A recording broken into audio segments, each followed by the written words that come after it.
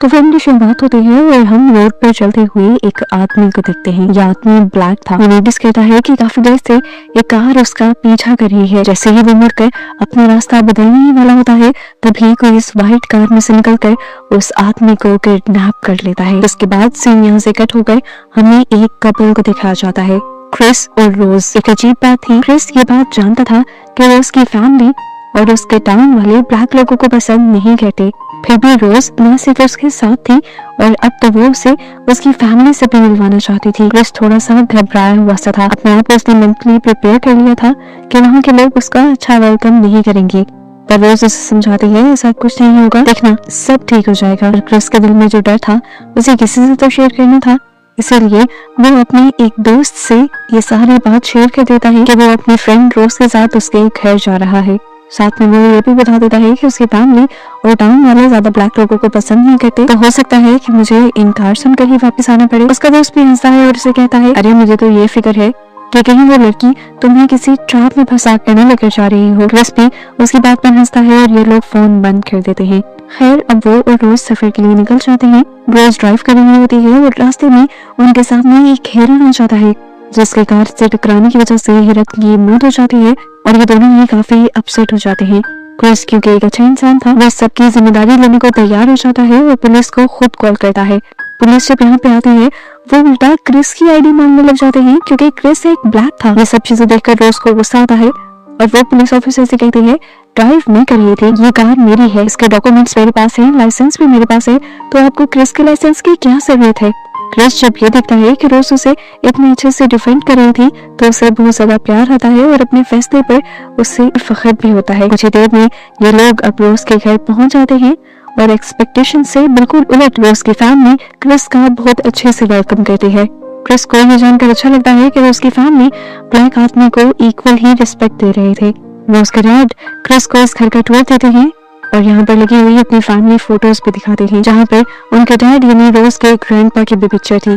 बताते हैं कि इन्होंने ओलंपिक में दूसरी पोजीशन हासिल की थी रेस में, क्योंकि पहली पोजीशन एक ब्लैक आदमी ने ले ली थी। खैर घर का टूर देते हुए ये लोग यहाँ से बाहर निकल आते हैं और क्रिस नोट करता है कि इस घर में जितने भी नौकर थे वो ब्लैक थे। इससे पहले कि क्रिस कुछ और सोच पाता, रोज के डैड खुद ही उन्हें एक्सप्लेन कर देते हैं कि असल में इन्हें मैंने अपने पेरेंट्स की देखभाल के लिए रखा था, पर जब मेरे पेरेंट्स चले गए तब भी मैंने इन्हें जॉब से नहीं निकाला बल्कि अपनी फैमिली का हिस्सा बना लिया है। ये जानकर क्रिस के दिल में उनकी रिस्पेक्ट और भी ज्यादा बढ़ जाती है। इसके बाद ये सब लोग मिलकर लॉन में बैठ जाते हैं और बातें करने लग जाते हैं। ये लोग क्रिस से क्रिस की फैमिली के बारे में पूछते हैं तो क्रिस बताता है कि उसकी मॉम के बढ़ने के बाद उसके डैड ने दूसरी शादी कर ली थी और तभी से वो एक दूसरे घर में रहता है। ये जानकर रोज के डैड को एक अजीब सी खुशी होती है। उनके मुंह पर हमें एक अजीब सा एक्सप्रेशन दिखते हैं, ऐसे जैसे कोई उनका मकसद पूरा हो गया हो। वहीं पर अब रोज के डैड उससे अगला सवाल करते हैं, क्या तुम स्मोकिंग करते हो? क्रिस कहता है, हाँ करता तो हूँ, लेकिन मैं इसे जल्दी छोड़ना चाहता हूँ। तो उसके डैड कहते हैं, मुश्किल नहीं, तुम इसके लिए मेरी वाइफ से हेल्प ले सकते हो, वो एक मेंटलिस्ट है और हिप्नोटाइज करके कुछ भी कर सकती है।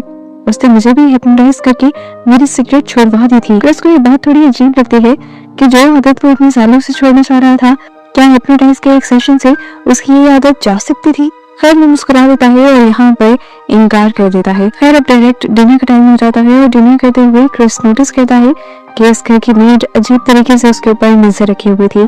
इतनी ही देर में यहाँ पर रोज का भाई भी आ जाता है जो उससे काफी अजीब बातें कहता है और उसे फाइट करने को भी कहता है, पर क्रिस बहुत ही अक्लमंदी से उसे मना कर देता है। डिनर के बाद ये लोग रूम में चले जाते हैं और रोज क्रिस से अपने भाई के बिहेवियर के लिए माफी मांगती है, लेकिन क्रिस उसे कहता है, मुझे कुछ बुरा नहीं लगा। इसके बाद ये लोग सोने की कोशिश करते हैं। रोज तो सो जाती है पर क्रिस को आज नींद नहीं आ रही थी। उसे यहाँ की वाइब कुछ अजीब लग रही थी। बज़ाहिर तो सब कुछ यहाँ ठीक था, लेकिन क्या अजीब था उसे ये भी समझ नहीं आ रहा था।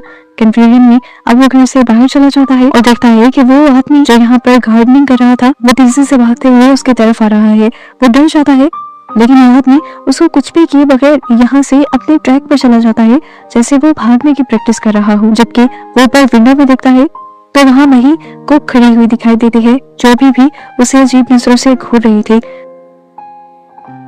उसे ये सब बहुत ज्यादा अजीब लग रहा था, इसीलिए वो अंदर चला गया। क्रिस ने बाहर स्मोक भी किया था। अब जैसे ही वो घर के अंदर आया तो उसके स्मेल से वो उसकी मॉम को पता चल गया कि वो स्मोकिंग करके आया है, इसीलिए वो क्रिस से कहती है ये तुम्हारी आदत अच्छी नहीं है, और बैठो, मैं तुम्हारी आदत छुड़वा देती हूँ। क्रिस बैठना नहीं चाहता था, पर पता नहीं उनके लफ्जों में ऐसा क्या था कि क्रिस उस तरफ खींचता चला गया और उनके सामने सोफे पर बैठ गया। इस औरत के हाथ में इस टाइम एक चाय का कप और एक चम्मच थी, जिसे वो बार बार घुमा रही थी। वो क्रिस से क्रिस की मॉम की मौत के दिन के बारे में सवाल करती है, तो क्रिस थोड़ा ऑकवर्ड हो जाता है। वो जवाब नहीं देना चाहता था, लेकिन हमने देखा कि उस औरत ने जैसे ही कप में चम्मच तेजी से हिलाना शुरू किया तो क्रिस जैसे हिप्नोटाइज होने लगा। उसकी आंखों से आंसू आ गए और वो किसी ट्रांस में जाते हुए इस औरत को सारी वो बातें बताने लगा जो वो बताना भी नहीं चाहता था। क्रिस को समझ नहीं आ रहा था कि क्या हो रहा है। वो औरत सिर्फ एक कप और एक चम्मच से उसे हिप्नोटाइज कर रही थी। कुछ ही देर में वो क्रिस के ऊपर इतना कंट्रोल पा लेती है कि क्रिस अपने दिमाग में एक वॉइड में चला जाता है, एक खाली दुनिया में चला जाता है, जबकि असल दुनिया में उसकी बॉडी पैरालाइज महसूस होती है। वो देख पा रहा था, सुन पा रहा था, लेकिन बोल नहीं पा रहा था, अपनी बॉडी नहीं मूव कर पा रहा था। अगले सीन में वो एकदम से जाग जाता है। इस टाइम वो अपने बेड पर था। उसे लगा कि रात जो कुछ हुआ वो सिर्फ उसका ख्वाब है। उसने बहुत बड़ा शुक्र किया। ये सब कैमरा लिए बाहर चला जाता है, वॉक करते हुए कुछ जंगल में पिक्चर्स वगैरह लेता है, और जब वो वापस आता है तो उसकी मुलाकात यहाँ के गार्डनर से हो जाती है। क्रिस उससे अच्छे से बात करना चाहता था, उसे अपना दोस्त बनाना चाहता था, पर यहाँ क्रिस एक अजीब सी चीज फील करता है कि वो लड़का जवान होकर भी बूढ़ों जैसी बातें कर रहा था। इस टाइम पर क्रिस भी बातें करना बंद कर देता है और तब वो लड़का पूछता है, तुम्हारा कल रात का सेशन कैसा रहा? क्रिस उसे अजीब सी नजरों से देखता है तो वो खुद ही कह देता है, वही हिप्नोटाइज वाला और सिगरेट छोड़ने वाला सेशन। उसकी बातों से क्रिस डर जाता है। यानी रात जो कुछ भी हुआ था, जिसे वो अपना ख्वाब समझ रहा था, वो एक हकीकत थी। वो फौरन रोज के पास जाता है और कहता है, तुम्हारी मॉम ने मेरे साथ अच्छा नहीं किया, मेरी इजाजत के बगैर मुझे हिप्नोटाइज किया। वो बात अलग है कि उनका सेशन काम भी कर गया है और अब मुझे सिगरेट के बारे में सोचकर भी उल्टी आ रही है। वो रोज से कहता है ये सब ठीक नहीं हुआ और मेरा अब यहाँ रुकने का और दिल नहीं कर रहा। अभी वो ये बात ही कर रहा था कि उसने नोट किया कि एक के बाद एक यहाँ पर बहुत सारी लग्जरी कार्स आकर रुकी थी, जो देखकर वो हैरान हो जाता है। रोज उसे बताती है कि मॉम डैड ने तुम्हारे आने की खुशी में एक पार्टी रखी है, चलो नीचे चलते हैं। वो अपनी सारी बातें भूल जाता है और नीचे चला जाता है। अब यहाँ पर एक और अजीब काम होता है। वो देखता है कि पार्टी में सभी बूढ़े लोग आए थे, सारे वाइट लोग थे सिवाय एक इंसान के। इतने सारे वाइट लोगों को देखकर क्रिस थोड़ा अनकंफर्टेबल हो जाता है और वहाँ मौजूद सिर्फ एक ब्लैक मैन के पास जाता है बात करने के लिए। वो दिखता है कि ये लड़का काफी यंग था, उसके बावजूद उसने कपड़े बहुत बूढ़ों वाले पहने हुए थे। और इसी टाइम जब क्रिस उसकी वाइफ से मिलता है तो और भी ज्यादा हैरान हो जाता है। उसकी वाइफ एक वाइट लेडी थी और लगभग उम्र में उससे कोई 30 साल बड़ी लग रही थी, और ये लड़का भी बूढ़ों वाली बातें कर रहा था। इस टाइम पर क्रिस एक और भी चीज नोट करता है कि यहाँ पर जितने भी ब्लैक लोग थे उन सब ने अपने माथे को कवर किया हुआ था, चाहे वो ये आदमी हो या इस घर में काम करने वाले वो नौकर। क्रिस सब चीजों से घबरा कर एक खाली गार्डन की तरफ जाता है तो यहाँ पर मौजूद एक आदमी क्रिस की फोटोग्राफी की तारीफ करने लगता है। हालांकि क्रिस ने ना तो उसे बताया था कि वो एक फोटोग्राफर है और ना ही उसे अपना काम दिखाया था। वो आदमी बताता है कि कभी मैं भी एक बहुत अच्छा पेंटर हुआ करता था, पर अब मुझे कम कम नजर आता है, जिसकी वजह से मैं ज्यादा कुछ कर नहीं पाता। क्रिस और भी ज्यादा उलझ जाता है और अपने रूम में आ जाता है जहाँ पर उसका मोबाइल चार्ज पर लगा हुआ था, लेकिन कोई उतार गया था। उसने देखा कि यहाँ पर वही ब्लैक लेडी थी। वो उससे माफी भी मांगने लगती है कि शायद मैंने ही सफाई करते हुए इसे उतार दिया था। क्रिस उससे कहता है कोई बात नहीं। इस टाइम वो इस लड़की से एक कनेक्शन फील कर रहा था। वो उसके साथ कंफर्टेबल होकर उसे अपना डर बताने लगता है कि उसे कैसे यहाँ बहुत कुछ गलत लग रहा था। वो लड़की मुंह से मुस्कुराती है और उससे कहती है कि डरो नहीं, ये फैमिली बहुत अच्छी है। लेकिन एक और अजीब बात ये होती है कि ये सब कहते हुए इस लड़की की आंखों से आंसू निकलने लगते हैं। क्रिस इसलिए और भी ज्यादा कंफ्यूज होकर अपने डिटेक्टिव दोस्त को कॉल करता है और सब बता देता है कि किस तरह यहाँ पर सब कुछ अजीब हो रहा है। यहाँ पे एक अजीब सी पार्टी है जिसमें सिर्फ बूढ़े लोग आए हुए हैं, और वो अपने हिप्नोटाइज सेशन के बारे में भी बता देता है। ये सारी बातें सुनकर वो आदमी फौरन क्रिस को वहाँ से भाग जाने को कहता है, क्योंकि उसे लग रहा था कि ये फैमिली उसे हिप्नोटाइज कर कर अपना गुलाम बना लेगी। खैर वो पार्टी के अंदर वापस आ जाता है, जहाँ पर उसे देखते ही सब लोग उसके बारे में बात करने लग जाते हैं, उसकी बॉडी शेप के बारे में बात करने लग जाते हैं, जैसे वो कोई इंसान ना होकर प्रोडक्ट हो। क्रिस को और भी अजीब लगता है और वो इस पार्टी में आई सिर्फ एक ब्लैक यंग आदमी की तस्वीर लेने की कोशिश करता है ताकि वो उसे अपने डिटेक्टिव दोस्त को भेज सके, लेकिन गलती से उससे फ्लैश ऑन हो जाता है। जिसकी रोशनी उस आदमी की आंखों में पड़ती है और उसे पता नहीं अचानक क्या हो जाता है, उसकी नाक से खून निकलने लगता है और वो घबराकर क्रिस की तरफ बढ़ता है, उसे मारने लगता है और उसे वार्न करता है कि फौरन यहाँ से भाग जाओ। ये सब लोग मिलकर क्रिस को बचा लेते हैं और अब उस आदमी को लेकर एक रूम के अंदर चले जाते हैं और उस रूम को अच्छी तरह से बंद कर दिया जाता है। अब क्रिस अकेला बाहर बैठा हुआ था।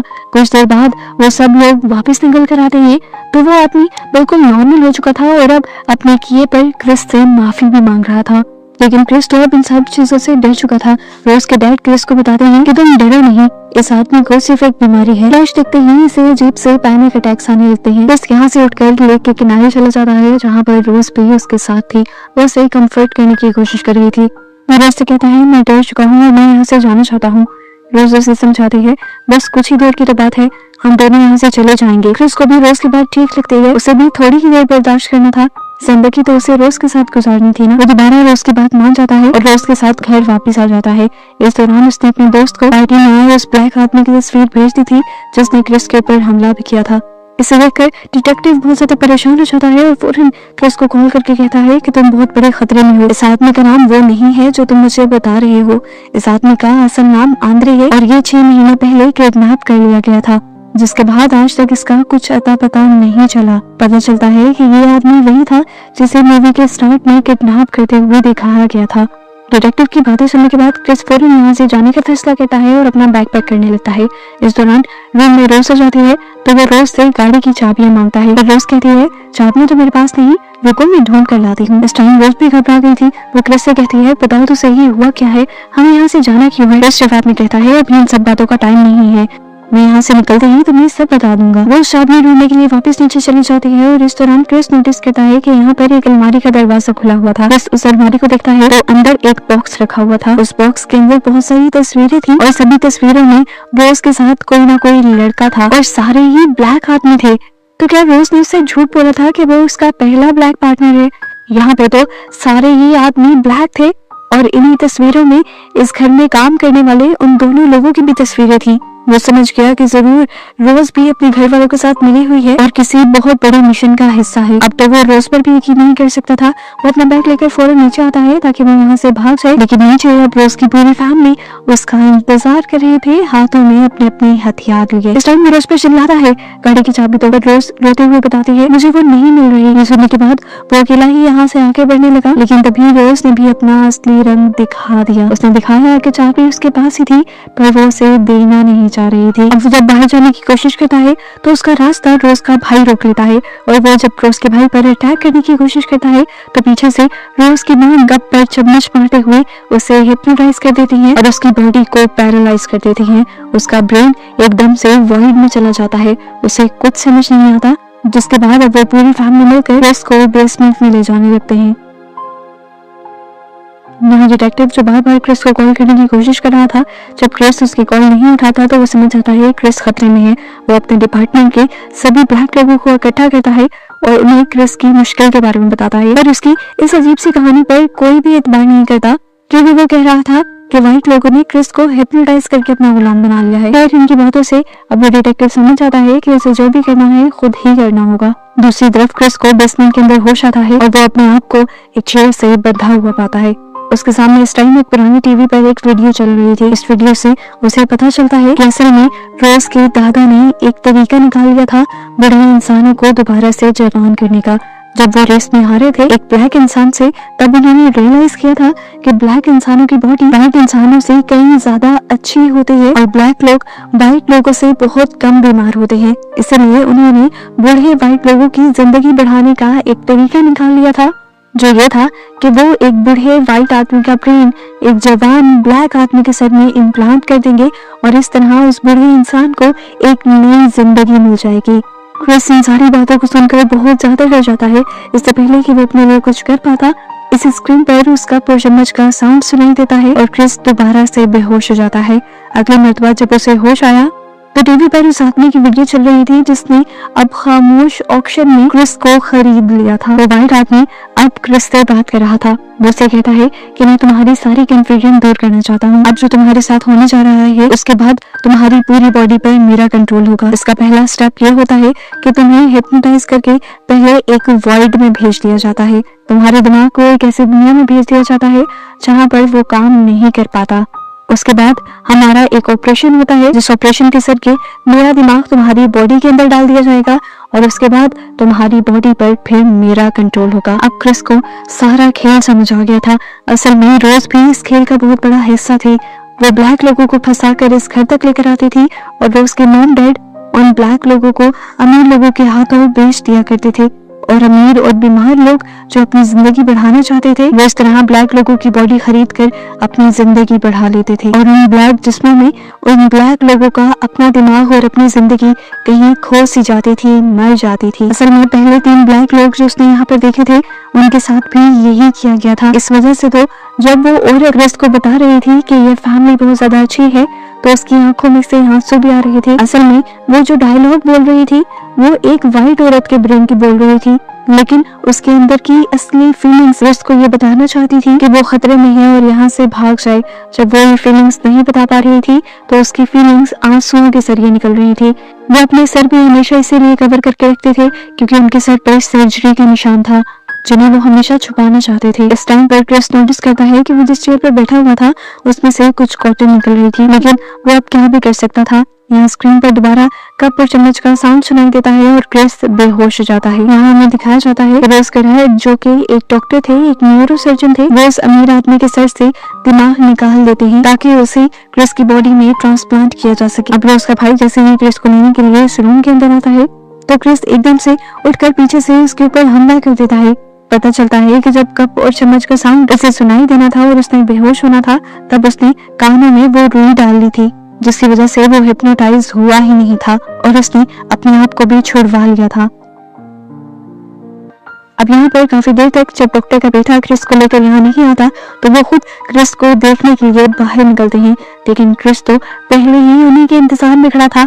एक बड़ा सा हिरन का स्टैचू लिए उनको बाहर आता देखकर वो स्टैचू उनके पेट के अंदर स्टैब कर देता है और हिरन के सींग उनकी बॉडी के आर पार हो जाते हैं और उनकी वहीं पर मौत हो जाती है। इसके बाद जब वो भागने के लिए बाहर आता है तो वहाँ उसे रोज की मॉम दिखाई दे देती है। उसे इस तरह खड़ा देखकर रोज की मॉम समझ जाती है कि वो हिप्नोटाइज नहीं हुआ। वो फौरन उसे हिप्नोटाइज करने का सोचती है और अपने कप और चम्मच की तरफ भागती है, लेकिन इससे पहले कि वो उस तक पहुंच जाती बस ज्यादा तेजी से भागता है और उनके पहुंचने से पहले ही उस कप और चम्मच को गिरा कर तोड़ देता है। इस कप और चम्मच के बगैर ये औरत कुछ भी नहीं थी, ये कप और चम्मच ही उसकी सारी ताकत थी। अब अपने आप को बचाने के लिए वो यहाँ से एक स्क्रू ड्राइवर उठा लेती है और क्रिस के ऊपर हमला करने की कोशिश करती है, पर क्रिस इस हमले को न सिर्फ रोकता है बल्कि उसी के हाथ में पकड़ा हुआ स्क्रू ड्राइवर उसी के सर के अंदर स्टैब कर देता है और वो औरत भी यहीं पर मर जाती है। दूसरी तरफ हमें दिखाया जाता है कि उन दोनों के बेटे को होश आ चुका था जो क्रिस को रोकने के लिए उसके पीछे भागता है, लेकिन क्रिस ने इस टाइम जो अपने हाथ में स्क्रू ड्राइवर पकड़ा हुआ था उसी से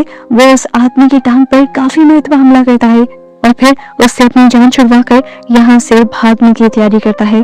जबकि ऊपर रोज वो तो बड़े मजे से अपने कानों में हेडफोन लगाए एक नए शिकार की तलाश में निकल चुकी थी। क्रिस यहाँ से बाहर निकलने में कामयाब हो चुका था। वो गाड़ी में बैठता है और यहाँ से भागने ही वाला होता है कि उसकी गाड़ी से इस घर की काम वाली टकरा जाती है जो असल में इस घर की काम वाली थी नहीं।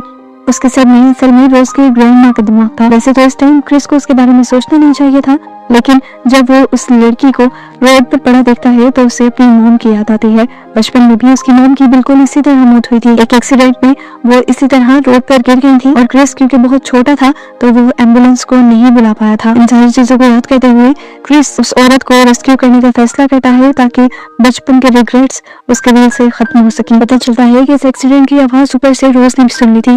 वो भी अब बंदूक लिए बाहर आ जाती है, जबकि गाड़ी में वो औरत भी क्रिस के ऊपर ही हमला कर देती है कि तुमने मेरी पूरी फैमिली को मार डाला। उसके हमला करने की वजह से क्रिस जो इस टाइम गाड़ी चला रहा होता है उसकी गाड़ी का बैलेंस आउट होकर गाड़ी एक दरख्त से टकरा जाती है और इस एक्सीडेंट की वजह से वो लड़की आखिर मारी जाती है और क्रिस बच जाता है। गाड़ी से निकलकर वो यहाँ से भागने की कोशिश करता है तो पीछे से रोज उसके ऊपर कई गोलियां चलाती है, पर क्रिस सारी गोलियों से बच जाता है। तो यहाँ पर रोज अपने ग्रैंडपा को आवाज देती है या कह लें कि उस आदमी को आवाज देती है जिसके सर में उसके ग्रैंडपा का दिमाग था। अब क्योंकि उसके ग्रैंडपा एक बहुत बड़े रेसर रह चुके थे, तो वो जल्दी से भागकर क्रिस को पकड़ भी लेते हैं और उसे गला घोंट कर मारने भी लगते हैं। इस टाइम क्रिस मार नहीं जाता, पर एकदम से उसके दिमाग में एक आइडिया आता है। वो अपना मोबाइल निकालता है और उसकी फ्लैश ऑन कर देता है, जिससे ये लड़का जो असल में हिप्नोटाइज था वो अपनी असल स्टेट में वापस आ जाता है। होश में आते ही वो अपने एक सेकंड में सारी गेम समझ जाता है कि उसे हिप्नोटाइज करके उसके सर में किसी और का दिमाग डाला गया है, जो ज्यादातर उसकी बॉडी पर कंट्रोल रखे हुए है। वो रोज के दिए हुए धोखे को भी समझ जाता है और इस टाइम रोज के सामने एक्टिंग करता है और कहता है, ये बंदूक मुझे दो, मैं इस आदमी को मारना चाहता हूँ। रोज उसे वो बंदूक पकड़ा देती है और वो आदमी रोज पर ही शूट कर देता है। रोज जख्मी हालत में वहीं गिर जाती है और इसके बाद यह आदमी अपने आप को भी शूट कर लेता है, क्योंकि वो जानता था कि उस फ्लैश लाइट का असर कुछ ही देर तक रहेगा और उसके बाद वो दोबारा उसी बड़े आदमी के दिमाग के कंट्रोल में आ जाएगा। और वो ऐसा होने नहीं देना चाहता था। अपनी बॉडी पर वो किसी और का कंट्रोल नहीं चाहता था, इसलिए उस आदमी ने इस टाइम अपनी जान दे दी। रोज जिसके पास इस टाइम वो गन थी, वो इस गन को दोबारा उठाकर क्रिस को मारने की कोशिश करती है, पर क्रिस इस गन को वहां से दूर कर देता है। रोज अब की बाहर अपने आप को बचाने के लिए दोबारा क्रिस को अपनी बातों में लगाने की कोशिश करती है और कहती है कि मैं तुमसे बहुत ज्यादा प्यार करती हूँ। पर क्रिस तो सारी सच्चाई पहले से ही जानता था, वो उसकी बातों में नहीं आता और उसका गला घोंटकर उसे मार देता है। इसी टाइम पर यहाँ पर पुलिस आ जाती है और क्रिस ये देखकर बहुत ज्यादा डर जाता है। वो जानता था कि पुलिस उसे ही कसूरवार समझेगी, क्योंकि उन्होंने अपनी आंखों से उसे रोज को मारते हुए देखा था। लेकिन यहाँ पर क्रिस की किस्मत चल जाती है। पता चलता है कि पुलिस की वैन में और कोई नहीं बल्कि उसका दोस्त ही था, जो उसे रेस्क्यू करने आया था। वो क्रिस को लेकर यहाँ से चला जाता है। क्रिस की जिंदगी बच जाती है और पीछे से रोज मर जाती है और इस तरह ये सब दिखाते हुए ये मूवी यहाँ खत्म हो जाती है।